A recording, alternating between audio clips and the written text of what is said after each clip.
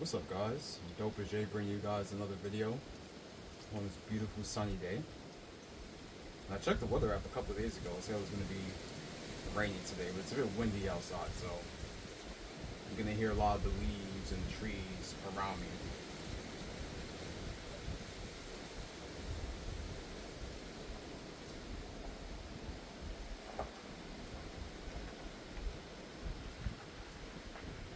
Yep. Look at that.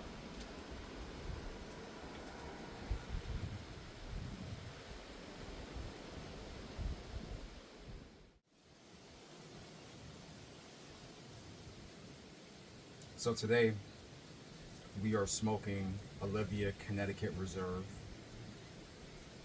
I'm liking the flavor and the taste of this right now. Something that's a bit smooth hitting, a little mild, nothing too intensive.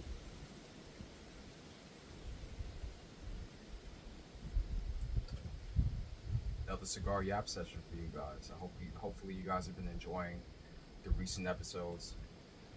Like I said in my last episode, we've been streaming a lot of Battlefield 6 as of recently, posting a lot of clips and getting very, very active. So I go live on YouTube and Twitch, stream on both platforms, and then I post my clips on my YouTube channel as well as TikTok. And they've been getting some pretty good views so far. So that's a good thing. That's a positive. And it shows that even for a smaller content creator like myself, Battlefield content is in demand right now, on top of the fact that the game is incredibly popular and is a hit. It's very, very successful. Playing with the homies, having a lot of fun, so enjoying it. Just keep on enjoying it. The VODs are up on my YouTube channel, and we're going to keep on posting videos on that.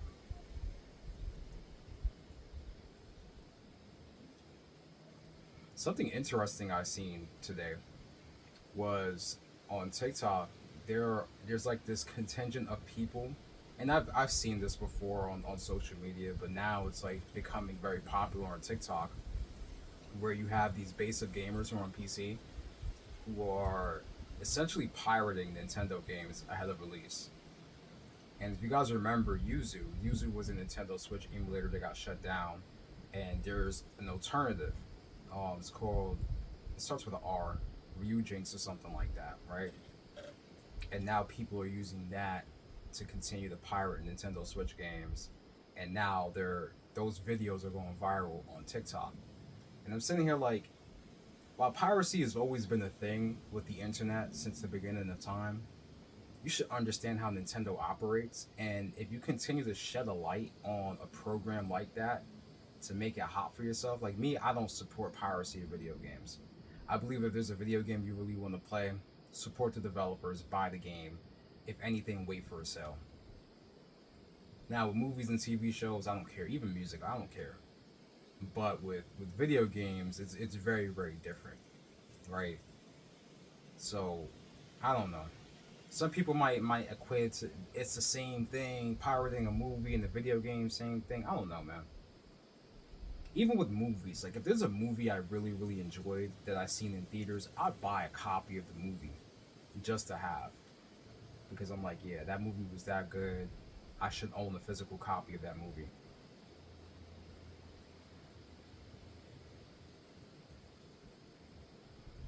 But at the same time, some people don't want to admit it, but there's a lot of people out here struggling. And in a lot of cases, these guys are going to resort to something like piracy for their video games. Now, you can't do that with every game, specifically multiplayer games, but when it comes to single player games, that's what those guys are going to do.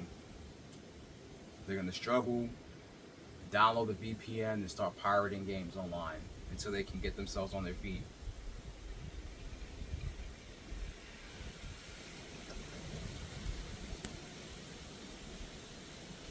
Black Bomb was right about a lot of these new age PC gamers though. Because I started PC gaming in 2017. And the PC gaming community is very, very different then. But you start to see the shift that was happening when you start to have a lot of newer people, especially the younger generation, hop on PC.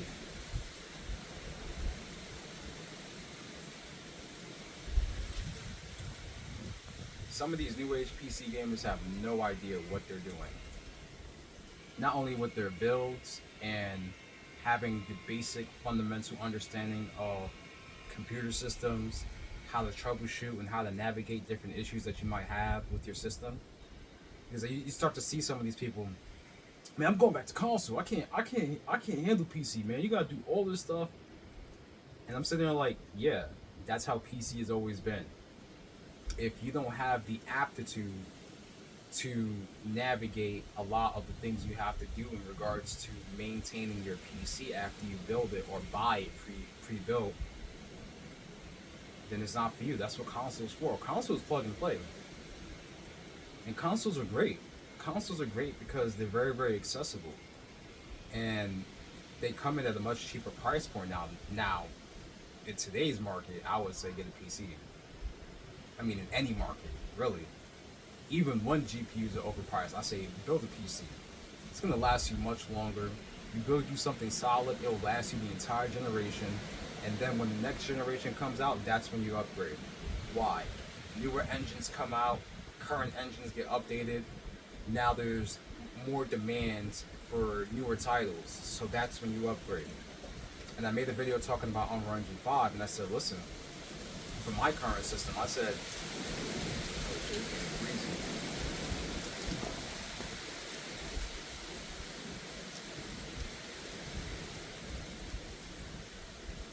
I said for my current system, because I'm rocking a Ryzen 7 5800X3D and an RTX 3090 GPU, right? And I'm like, yeah, I can keep riding the system out for another year or two, probably another 2 years, honestly. Wait for the next generation of GPUs to drop, RTX 6000, and that'll be a bigger performance uplift. And also by that time, Zen 6 would be out as well. And then get Zen 6 on AM5, DDR5 RAM, newer GPU, much bigger performance jump than going to Blackwell GPUs. And that will be my system, that will be my rig for next gen. Around that time, you'll start seeing games like Witcher 4 hit the market, which will demand a lot from a lot of people's PCs and will prompt them to upgrade, as well as the Cyberpunk sequel. Because remember when Cyberpunk came out, a lot of people were like, yeah, I'm upgrading my system for this game. On PC, there's always a couple titles that hit the market where people are like, yeah, I'm gonna upgrade my system just for this game to play because it's that awesome and it deserves me upgrading my PC.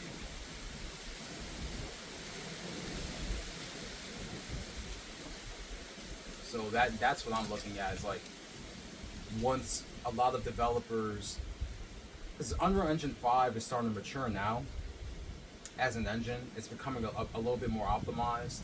Developers are becoming a lot more comfortable developing their games on that engine, and Epic Games are working much more closely to address the issues that a lot of the development community have highlighted over the past couple years.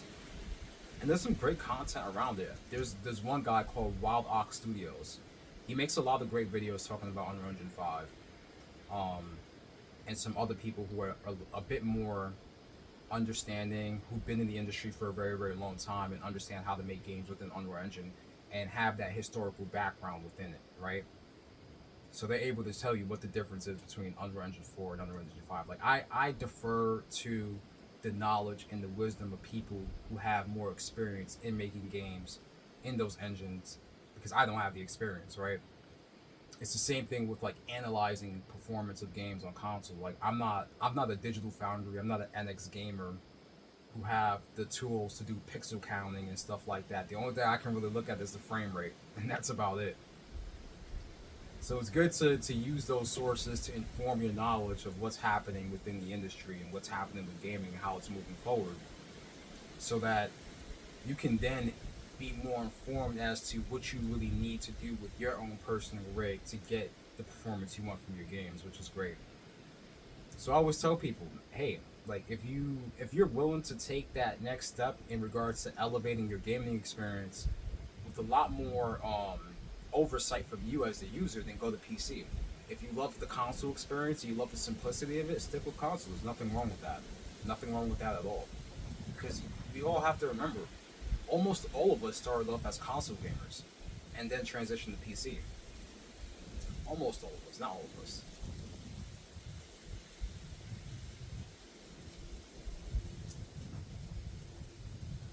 Ooh, that thing came off. Holy shit! I didn't think that was gonna come off that fast, but whatever. Clean that up later.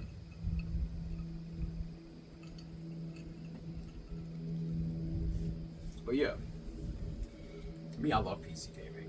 Love PC gaming. I mean, I have more of a technical background. I have a degree in IT, multiple industry certifications as well. So it's always been my thing to work with computers.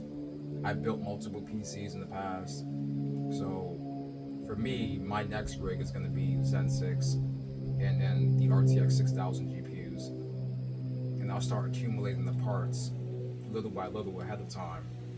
Getting the motherboard, getting another case, power supply, everything like that. Getting the RAM that I want to get. So over time, we'll accumulate that and have a second build. And then my current PC, I'll just transition that into a content creation machine and have that as an old baseline to really test. Like, all right, this is how games run on this rig. This is how games are gonna run on my new rig, and things like that. So that'll be great. Plus, I have a gaming laptop as well, which I also use to help out with content as well, in regards to doing VOD review, recording commentaries and stuff like that. And that's more of my portable device. I do a lot of schoolwork on it, and researching on it, but not too much gaming. But I can game if I want on it. So it's good to have that. Plus, it's very portable. I made a video about my gaming laptop on my channel as well, doing a disassembly and adding another SSD to it. So you guys can check that out as well. But yeah, PC is a great platform, very, very versatile. It's just these new age PC gamers, man. These new age PC gamers are giving PC gaming a bad rap. But they'll learn, they'll mature as they get older and stuff like that. But what can I say? The PC market, what I seen recently on Twitter was that Steam surpassed, what was it, 45 million active users, I believe. I'll put the screenshot up to show it. It's an insane number, and I was like, man, the PC gaming community has really come a long way and has expanded a lot, particularly during COVID. COVID's when a lot of people built their PCs. That's when I built my new PC, because like I said, I've been PC gaming since 2017, but that's when I built the new rig, and I was like, yeah. A lot of people that I knew around the same time as well were building their PCs. It's pretty crazy.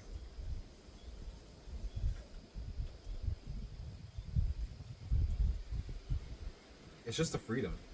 You don't have to pay for online. You don't have to buy all your games in those storefronts like Steam and GOG and stuff like that. You can get a key. You can go to the key websites and buy games. Just so much versatility, so much freedom. All depends on what you want to get out of it, honestly. And there's a wide range of builds and budgets that you can account for as well. So it's only going to get better. Now, one of my concerns was the trend of unoptimized games that were hitting console coming to PC, and like really, really bad PC ports. And that's been on the rise over the past couple of years, but it's starting to sort of regulate itself. But from a development standpoint, the only trend I really hated is these developers using things like DLSS and frame generation as optimization. And it's like, no, you need to actually make sure that your game can run well without those options, so that when you do use those options, it's an even better experience for you to get more performance. So you have some devs that use those techniques, those upscaling techniques and frame generation techniques to sort of cheat optimization in a way. And it's kind of sad to see, but you see a lot of those games, some perform well, but some don't, and they get review bombed because people are like, listen, like, why do I have to enable frame gen to have a stable experience, right? I don't know. It's just like, it's really weird.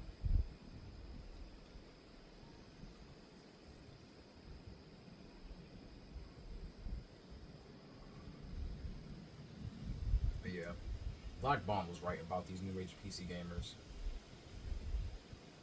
The fact that these guys are on these social media platforms like promoting piracy and stuff like that and stealing games. Mm-mm. Yeah, that's something you keep for the forums. That's a wasp. There's a wasp like right there. Hopefully it doesn't come my way. If it doesn't kill it. Nope. Oh. Yeah, it went away. Thank God. You guys would have seen. I wouldn't have cut it out the video. You guys would have seen me go crazy.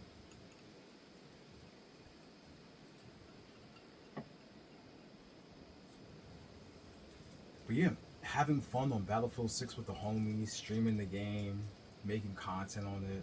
Like I said, it's a great experience, man. I haven't had this much fun on an online shooter. So I play other games as well. I play single player games. I emulate older games, PS2, PS3. Um, Sometimes I'll play emulated games on my Asus ROG Ally. So on my Asus ROG Ally, I'm playing Pokemon. Which one is it? Coliseum, I believe. Yeah, Pokemon Coliseum on the GameCube. Great game. I love it. Can be kind of grindy at times, but I still enjoy the experience. But I play other games, and Battlefield 6 has me completely hooked right now. Completely hooked, and it's hard to put that game down. Here, there goes the wasp again.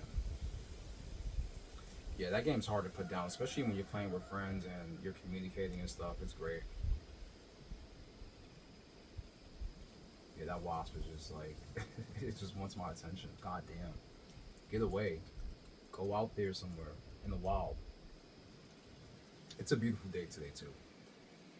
So, the past couple days it's been raining, so now like all the bugs and insects are coming back out.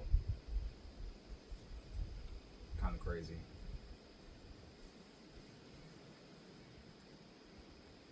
But what have you guys been playing? I know essentially everybody's on Battlefield 6, but what else are you guys playing besides that? I'm still debating if I should get Ghost of Yotei on PS5, but I'm like, I'll just wait for the PC port. The PC port is going to be the definitive experience anyways. Might as well wait for that to come out. Because the base PS5 version of the game isn't bad. But I'm like, I can get the PC port running at a higher resolution and higher frame rate. And have more settings options to toy with as well. So I think I'm leaning towards the PC port of that game. And then, like I said in my previous videos, 2026 is going to be huge for gaming. So many releases, so many bangers coming out. Not only just from a AAA perspective, but from AA and a couple indies here and there as well. So be on the lookout. We have the Game Awards at the end of the year.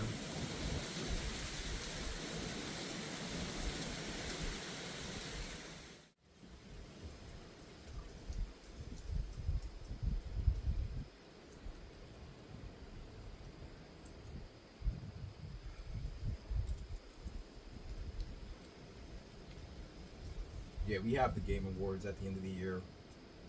We're gonna have a lot more announcements for games next year as well. And then, yeah, it's gonna be good. So we're in October right now.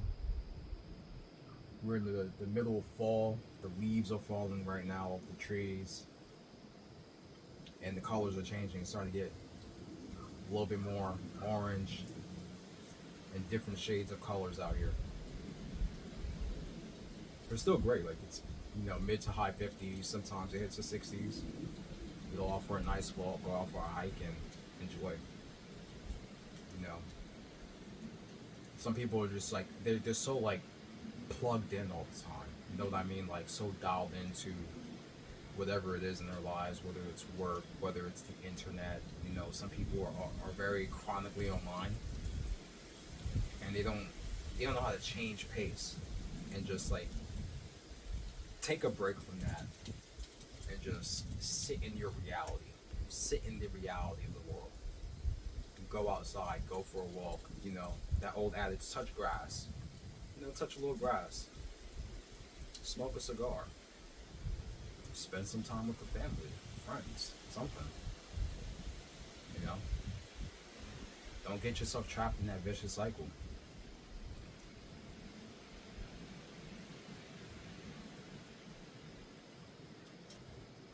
Yeah, this is a smooth hit. But this is pretty much it. Just wanted to yap to you guys for a little bit. Gonna have more content coming soon to the channel. And yeah, this is it. I'm gonna finish this off. Peace. You guys enjoy.